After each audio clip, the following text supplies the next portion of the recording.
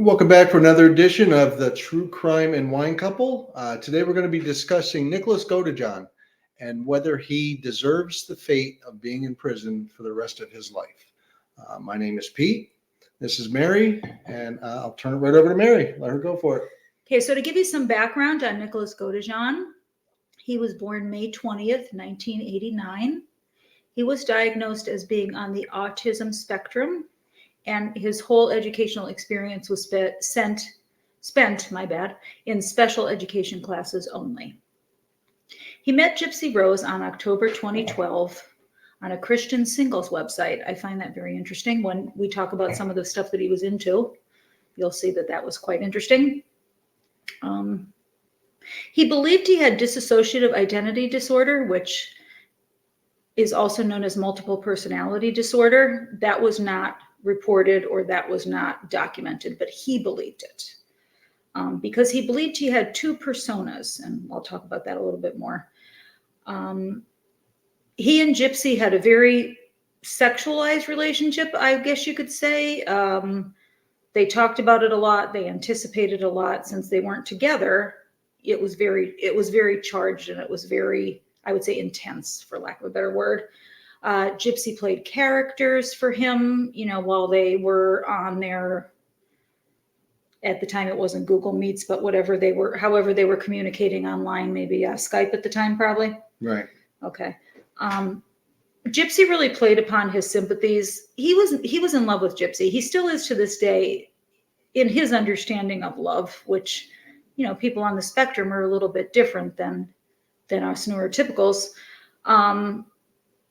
So he really loved her. He said she was his soulmate. And she also said that murder was the only solution, because he did suggest to her, well, why don't we just run away? And she said, that won't work. Murder is the only way to do this. So they decided upon a knife together. Okay. So now on March 12th, 2015, Gypsy met him at the movies and he sat next to them, because the plan was, I'm going to present him to my mother as someone that could be my boyfriend, possibly. So he met them at the movies. He sat next to them. Well, as you can imagine, Dee Dee wasn't having it. I think if she had brought like Prince Harry or William, I don't think Dee Dee would have approved. And they claim they went to the bathroom and had sex. According to him, we don't really know. That hasn't been corroborated. And like Dee Dee said, they could not be together. He was weird. And they were done at that point, according to Dee Dee. But then on June 5th, 2015, Nicholas boarded a bus to head toward Missouri from Wisconsin.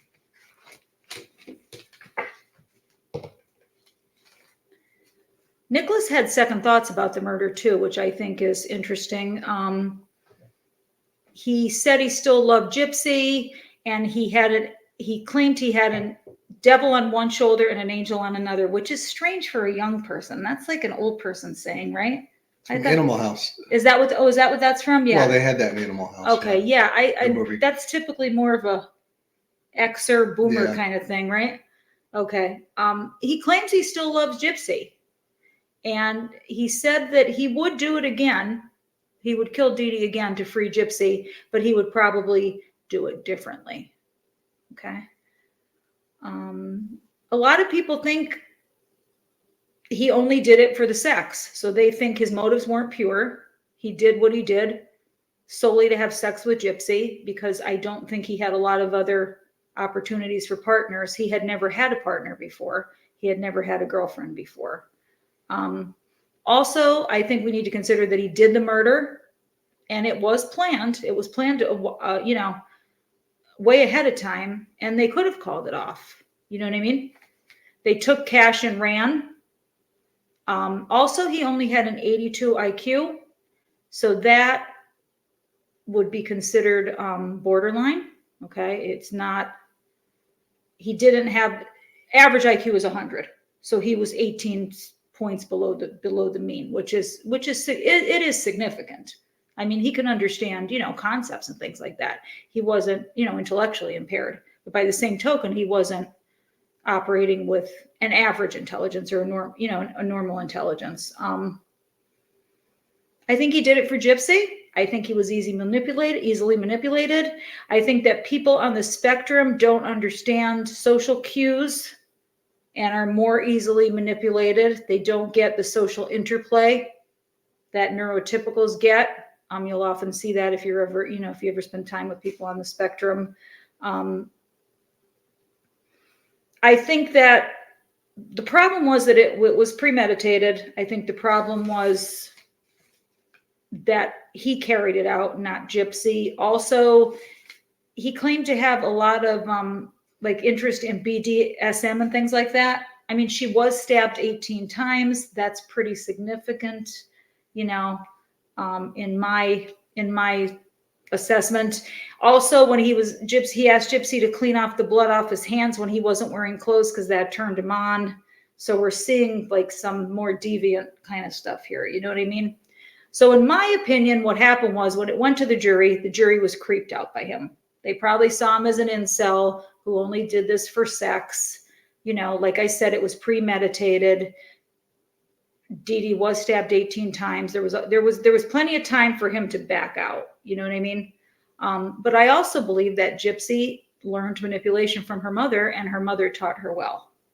And she knows how to manipulate. And she's out there, I think, doing it right now. And she did tell him, don't run away. So, there's a lot of factors at play here. But in my opinion, he should have a chance for parole. Based on his limited intellectual ability, based on the fact that he was, he's on the autism spectrum, based on the fact that I believe he was manipulated into this. I mean, he said, let's run away. She said no. She told him that was the only option. He still is in prison. He claims he loves her. So I think his motives were pure but sexual at the same time. Does that make sense? I think this whole sex thing was wrapped up in his love for her. And he just had this as such a fantasy, and it was such an intense experience. It was kind of like, I guess you could compare it to an affair or forbidden love. You know what I mean? Because they weren't allowed to be together. So I think that added a level of intensity that this poor young man got caught up in. Is he innocent? Absolutely not. Is he where he belongs right now? Yes. Should he have the option to get parole and get out at some point? Yes, if he was ready, and his mental health professionals and the parole board and stuff said that he could be. So I believe he should have got life in prison with the chance of parole. I agree. I think the sentence was appropriate / harsh. In other words, I think he should have got that life sentence with the possibility of parole, with getting the proper medical attention, mental health attention, if he could. And I'm not sure. Now, the more I've been looking at it, I'm not sure if he is even able to be back in society, even if he was given the opportunity. A lot of things have come out. One thing that makes me pause about that is I've read a couple things where he has said that he had, and I think this might be going back to that multiple personality thing he was claiming, where he had this in him and he was sort of keeping it subdued, trying to keep it from coming out. And I think this just gave him the opportunity for that part of him, which was already in there, to come out with an excuse. And I think the excuse was sex. I think this was all motivated by sex.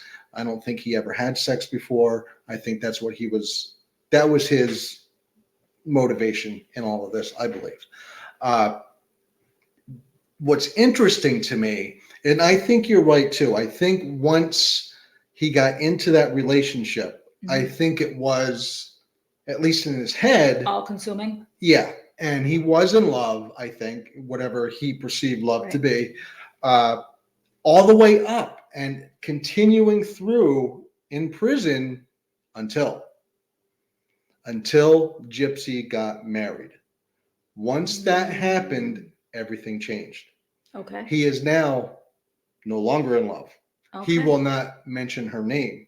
He refers to her as the person whose name I won't mention.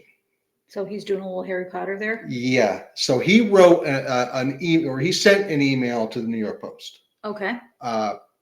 And in there, he said that he is going to come out. He is going to get all of this out, what he's feeling when the time is right. And he said, now the time is not right. It's not the right time yet.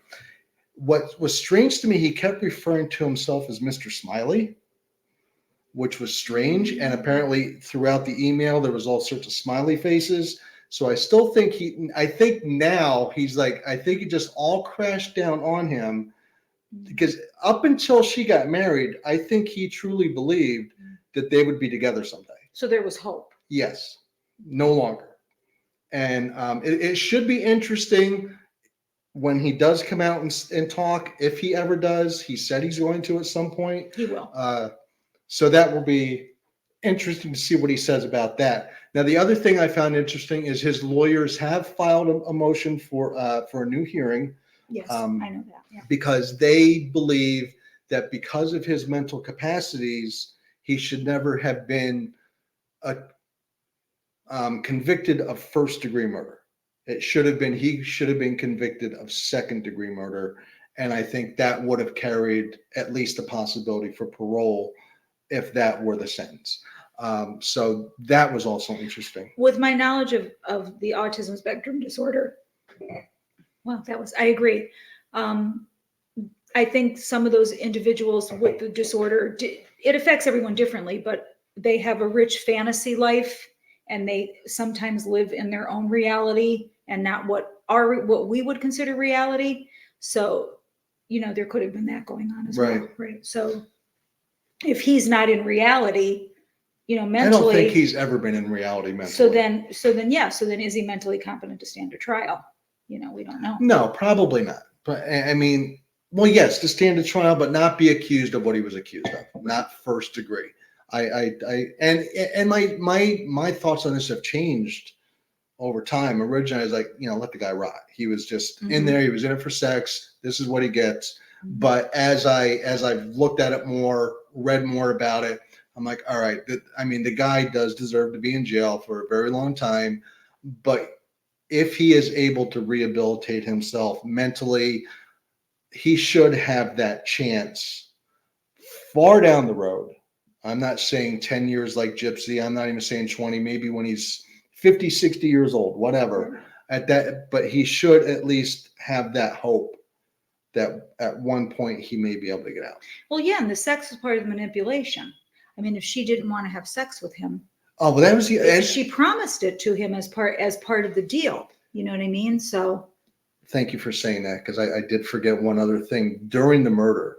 Now, I guess it's never been confirmed, like you said, if they actually had sex in that bathroom or not. Right. Yeah. And now in the video, they did show them. But in the Act on Netflix that we watched a while back, they showed that. Yeah. But apparently, after he committed the murder, right, he wanted to have sex with Dee Dee. Yes. Or with her there, or with her? With Gypsy, and Gypsy's like, no. Okay. Then he's like, all right, well, then you need to go into your bedroom. You need to get undressed, take all of your stuffed animals off the bed, and we're going to have sex.